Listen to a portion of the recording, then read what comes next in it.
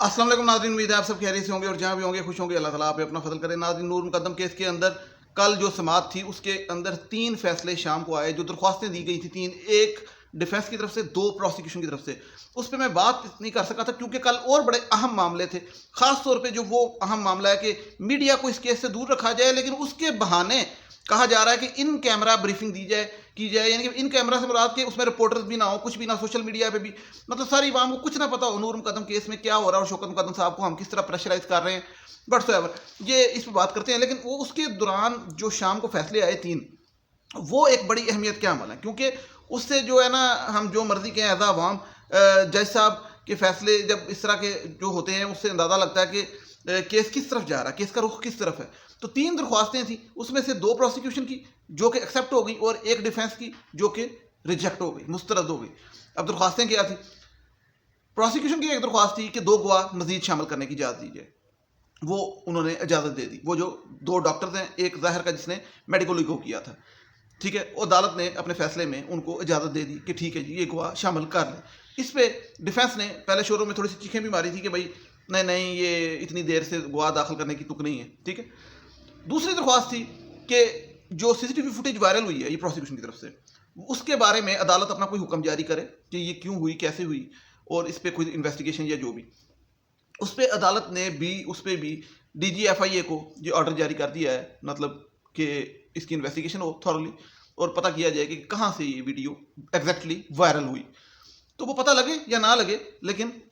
हक में ये बात हो गई कि कह दिया गया कि पता किया जाए, और पता लग भी सकता है क्योंकि साइबर क्राइम विंग FIA का ये और DGFIA को ये कह दिया गया।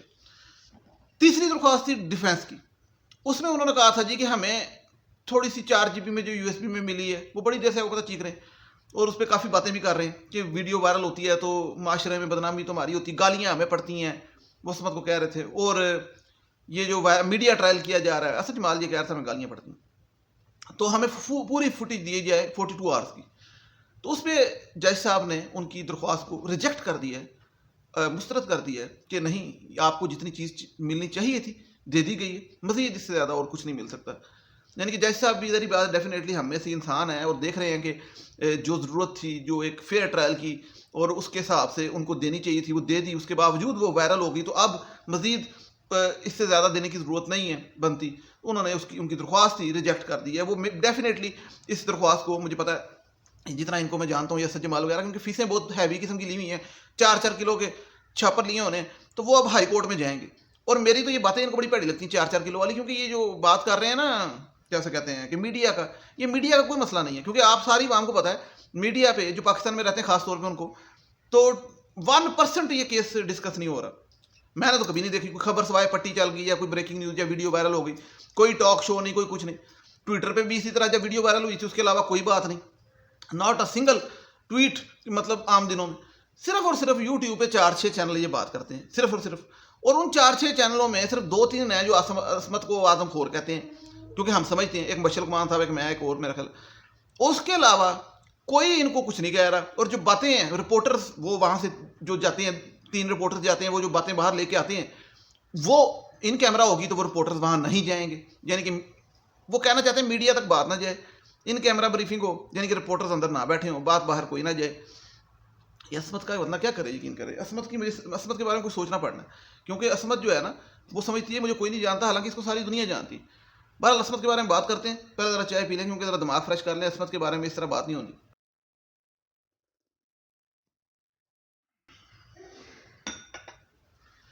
हाँ, चाय अच्छी, ठीक है।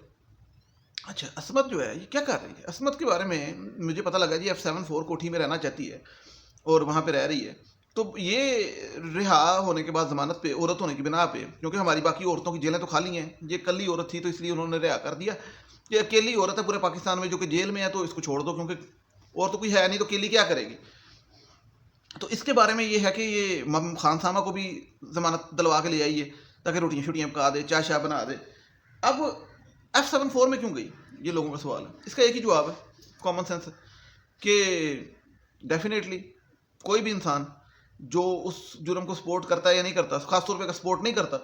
वो ऐसे खौफनाक घर में जा ही नहीं सकता वापस। हर बंदा समझ सकता है इस बात को। वहाँ पे जाने का मकसद है, और मकसद क्या है वो आप समझ सकते हैं बेहतर।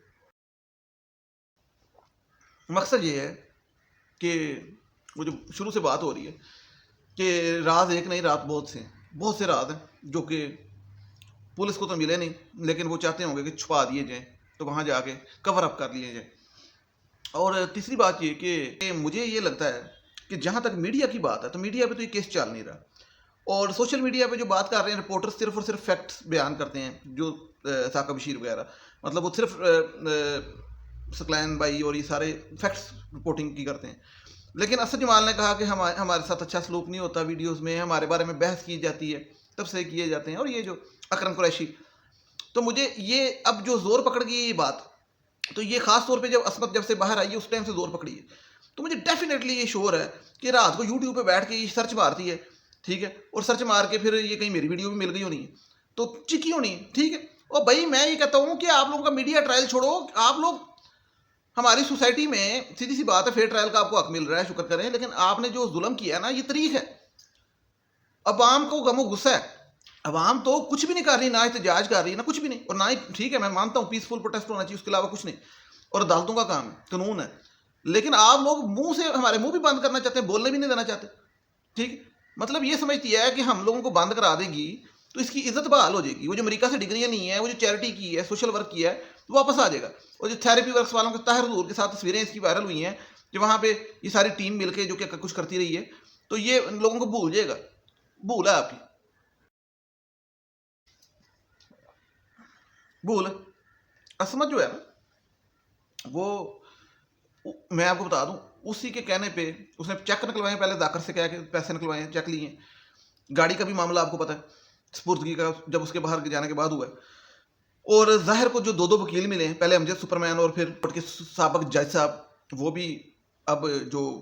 ظاہر کے لیے کرا کے دیا انہوں نے مہنگا وکیل، ٹھیک ہے، جو مہنگے وکیل مالی کے لیے مہنگا وکیل کیوں کرایا، یہ سوچنے کی بات، ٹھیک ہے، سی سی ٹی وی کمپنی کو فون کیوں کرتی رہی، تو کہنے کا مقصد یہ ہے کہ انہوں نے مہنگا وکیل بھی کرا دیا بیٹے کو، ٹھیک ہے، سب کچھ اب نارمل طریقے سے ہو رہا ہے، اور یہ بیٹے کو چھڑانے کی جو ان کی کوشش ہے وہ اب کھل کے سامنے آ گئی ہے، جو پہلے کہتے تھے کہ ہم نور کی فیملی کے ساتھ ہیں، تو اب آپ کو سمجھ آ گئی ہے کہ یہ نور کی فیملی کے ساتھ نہیں، اپنے پتر کے ساتھ ہیں، اور لوگوں کے مطابق یہ ممکن ہے جو سوچا جا رہا ہے کہ یہ سارے ملوث ہیں، کہ سی سی ٹی وی فوٹیج پہ وہ سب کچھ دیکھ رہے تھے وہاں بیٹھ کے، اور یہ سارا معاملہ جا کے ملتا ہے ڈارک ویب سے۔ اب یہ جو لوگوں کی ایک رائے ہے وہ یہ رائے مضبوطی پکڑتی ہے کہ جب اس طرح کی حرکتیں ہوتی ہیں، ٹھیک ہے، تو اب میں یہ کہنا چاہوں گا کہ یہ جو عصمت ہے نا، اگر اس کو یہ اپنی ریپوٹیشن کی فکر ہے نا، ٹھیک ہے، جس طرح وہ ظاہر کو وکیل کی ریپوٹیشن کی بڑی فکر تھی، تو یہ ریپوٹیشن اب میرا نہیں خیال پوری زندگی واپس آنے والی ہے، تو ان کے رشتہ داروں کو بھی چاہیے کنارہ کشی کریں، کیونکہ یہ اور ہمیں باندھ نہ کرائیں ہمارے منہ، کیونکہ ہم کچھ بھی نہیں کر رہے، نہ ہم احتجاج کر رہے ہیں، نہ کچھ، صرف بات کر رہے ہیں،